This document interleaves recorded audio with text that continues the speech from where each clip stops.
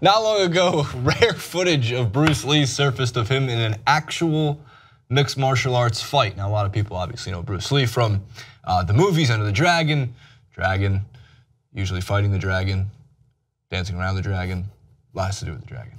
But he's like the kung fu god of all kung fu movies.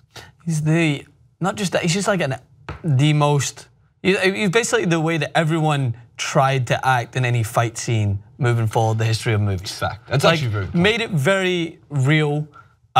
Rarely looked like he was actually acting. He more so looked like he was beating the shit out of people, and I think that's what everyone tried to emulate. He was beating the shit out of people. Well, according to this video, he can. In those movies is true, apart from when they spoke, and then they did the off the dub. That's right. Yeah, that's it was. Right. But so we're gonna get to the footage, so you guys aren't like, why are you just keep talking? But there's no audio for the footage. It was against one of his students at the time, Ted Wong. We didn't stand a chance. Well, Ted, man. Because of the laws in the country, they had to wear full protective gear.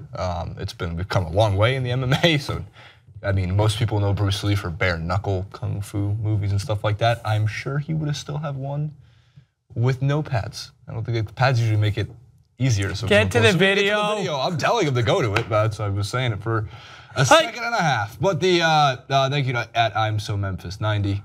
We're gonna see a couple pieces of this. There's about 2 minutes. There wasn't a lot of actual. Lee is undoubtedly the one not falling, just in case you didn't realize it. No, I mean that should be pretty obvious. Look how composed he is. Oh. Look how composed, guy on the left. Look how composed he is, and now on the right. It's poise. No fear. Oh my. I think he would have made, like, not just from this footage, but like just the amount of training that he did. And there's a lot of stories, but there's not a lot of full truth to them. Like there's a lot of tales, more so than stories, including one that, according to the articles I was reading beforehand, we don't know how true it was, but basically there was a fight set in Chinatown here in California at one point where he was told he would have to stop teaching multiple times in his lifespan. He was told he was gonna have to stop teaching martial arts to anybody who was of non-Chinese descent, I believe.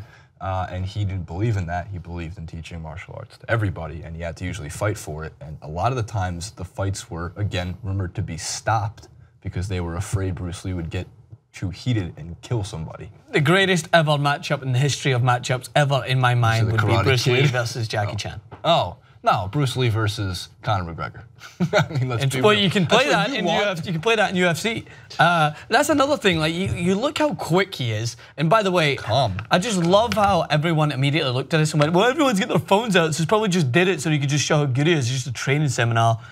Why do everyone have to like tear down whatever they see in front of them, man? Like just as soon as something comes up, negative. Nah, negative, didn't work.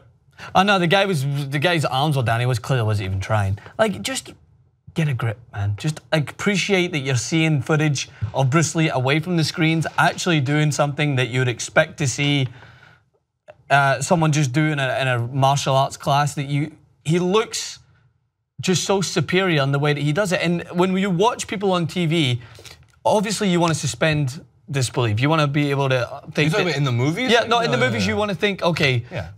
Part of the movie is that, yeah, it's a little far-fetched, but it's also that moment where you think, it'd be cool to see him do that in real life. And you get the opportunity to see him do real life, and it's badass, and it's amazing, and it makes those movies even more badass, the fact that it wasn't trick of the camera, it wasn't anything else. No, he performed all of his own stunts, the same as Jackie Chan. Some of the most popular movies. No doubt. The Dragon's considered one of the greatest, if not the greatest, kung fu movie of all time. And then it's also inspired going forward is not just an entire wave of kung fu movies coming out afterwards, but like even to things like The Matrix is obviously partially inspired by Bruce Lee's movies. Absolutely. Like the fighting and stuff like that inside the movie, easily inspired by those things. He was also a motivational speaker in many ways. He died at 32. He was born in 1940, if I was reading correctly, and died in 73 for his 33rd birthday. Like he died so young and left down this ridiculous legacy. Like he would have been, I don't know if he would have been alive today, 1940. Yeah, like could have been alive today. Yeah. Based on MMA training and kung fu training, all these things. By the way, it's funny. He'd still probably win fights at 77 years old. It's actually interesting you mentioned The Matrix because that was my next thought coming forward. Well, Keanu Reeves looked at he looked at Bruce Lee as a huge inspiration, and it was a video I watched recently. Have you seen Keanu Reeves on a gun range? Have you seen him do the 2-gun challenge? No. What's the two-gun challenge? It's a challenge where you have to go to like some shooting range. 2 guns? No, and you have to basically, you're on a time trial. You have to use all these different weapons. Go watch it after this. Like, I'm not joking. Go watch it. And what does it have to do? And tell me that it's getting to the point. Allow me to get there.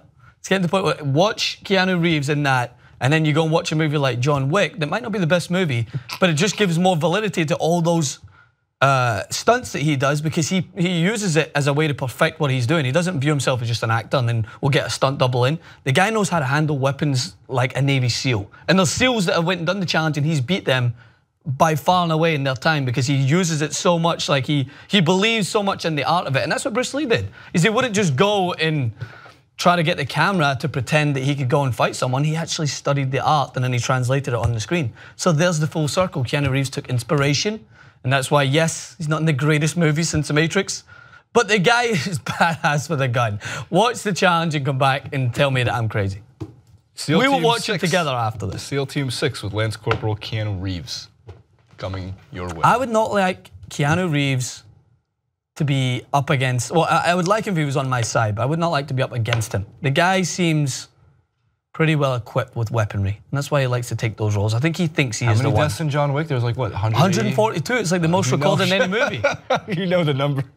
You just watched John Wick yesterday. Well, yeah, it's not that good, but the fight scenes are insane. And the more, that's what I'm saying, like if you go back and watch Bruce Lee movies now and you've seen that video of him fighting, you would probably think it's even cooler, because you're like, well, he could still do that in real life. Same way if you go back and watch John Wick after the 2-gun challenge, you're gonna be like, might not even be called the 2-gun challenge, the gun challenge. I don't know. I'm gonna watch all of this stuff later. Right after this, you're watching it. And you're like, wow. You're like, he is the one.